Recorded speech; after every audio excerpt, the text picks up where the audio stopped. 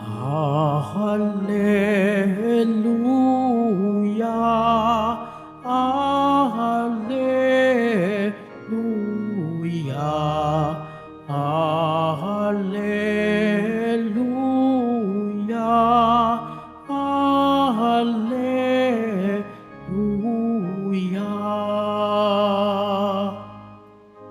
Sa daigdig ay laganap, liwanag na sumisikat, salitang buhay ng lahat.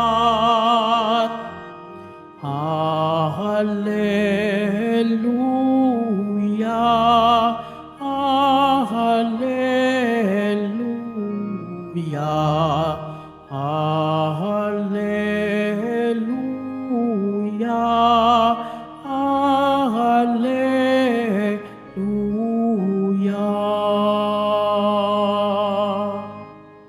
Sumainyo ang Panginoon. At sumayo rin. Ang mabuting balita ng Panginoon ayon kay San Mateo.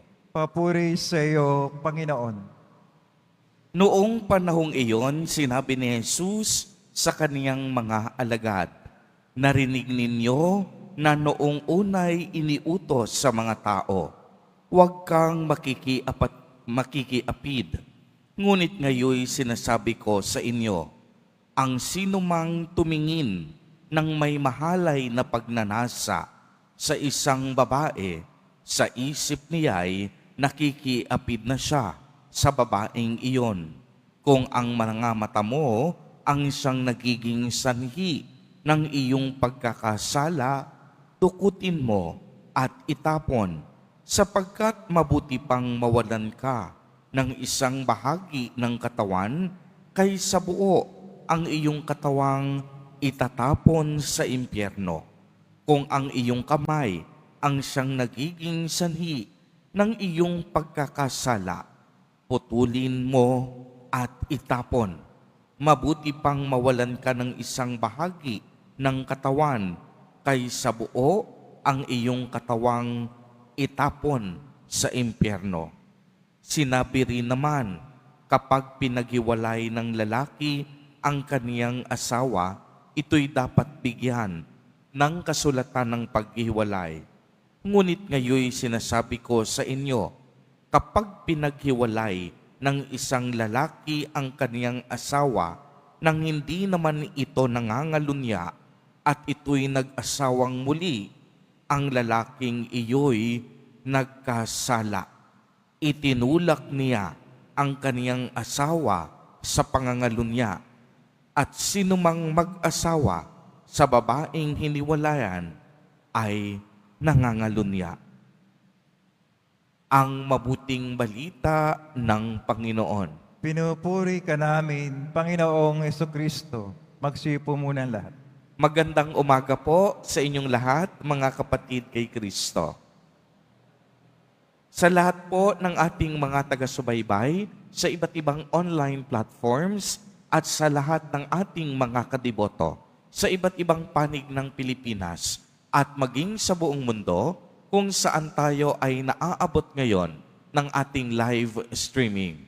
Mapayapang umaga din po sa inyong lahat.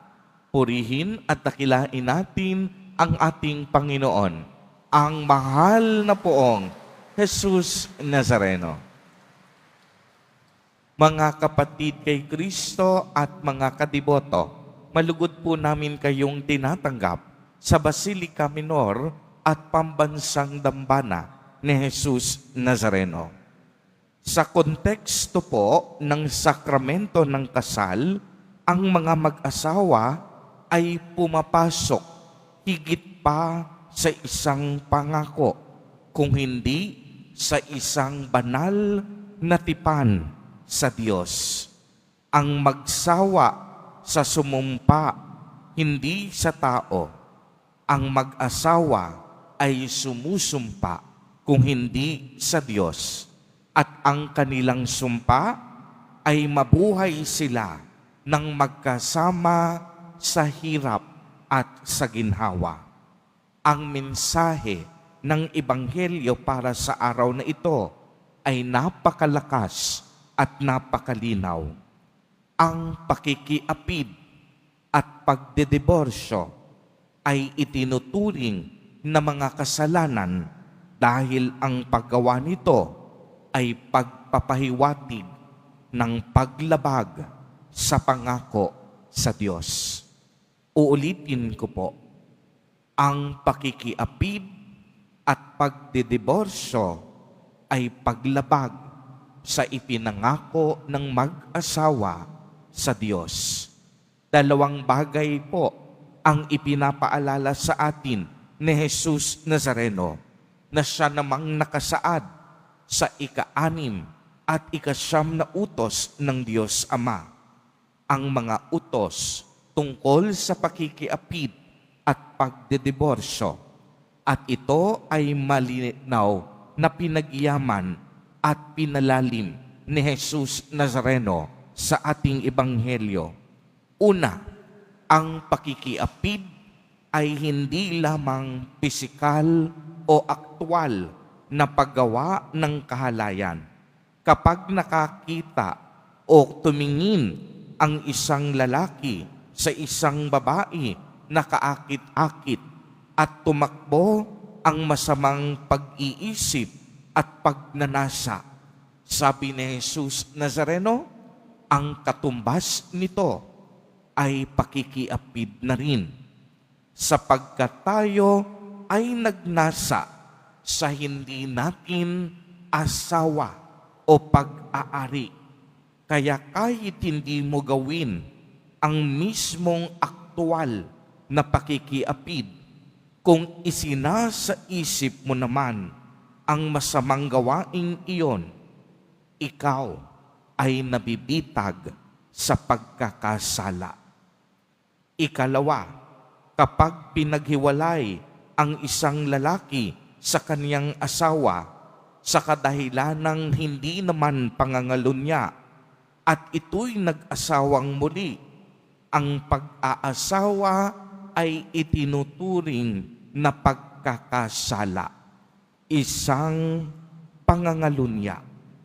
Dito, napakaliwanag, hindi panig si Jesus Nazareno sa pagdidiborsyo ng mag-asawa.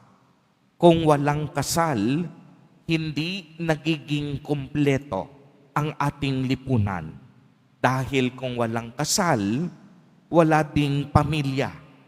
Ang pamilya po ang itinuturing nating pinakamaliit na unit sa ating lipunan, kung saan sa pagbubuo ng pamilya, ang mga anak o nagiging supling ay minamahal at inaaruga ng mag-asawa. Ang mga bata sa loob ng tahanan natututo ng tamang moralidad, pananampalataya at maayos na pag-uugali.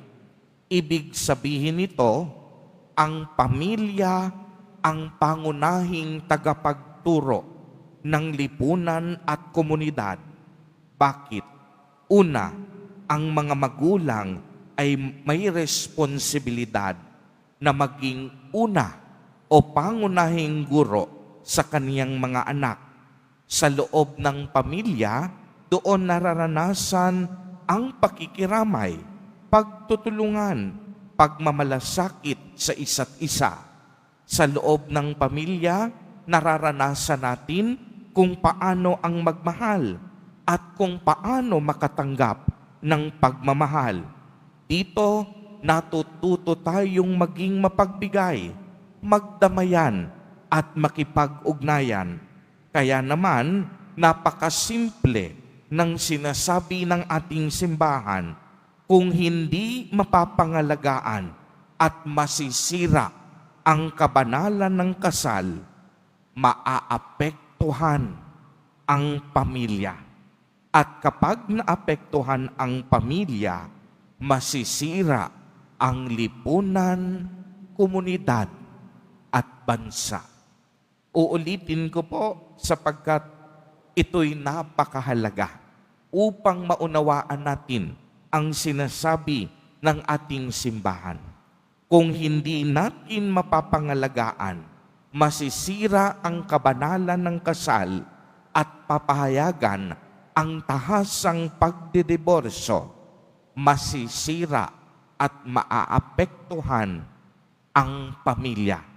At ang pamilyang sira ay nangangahulugan ding pagkasira ng lipunan, komunidad at pamilya.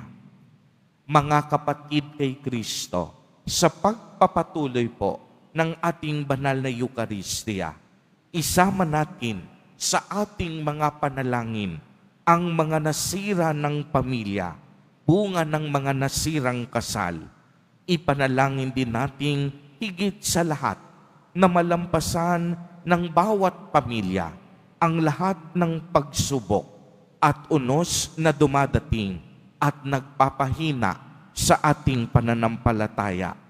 Kagaya ng banal na mag-anak, si San Jose bilang ama, si Santa Maria bilang ina, at si Jesus Nazareno na kanilang anak. Sila ay nagkabuklod-buklod sa diwa ng tunay na pagmamahalan at pananampalataya.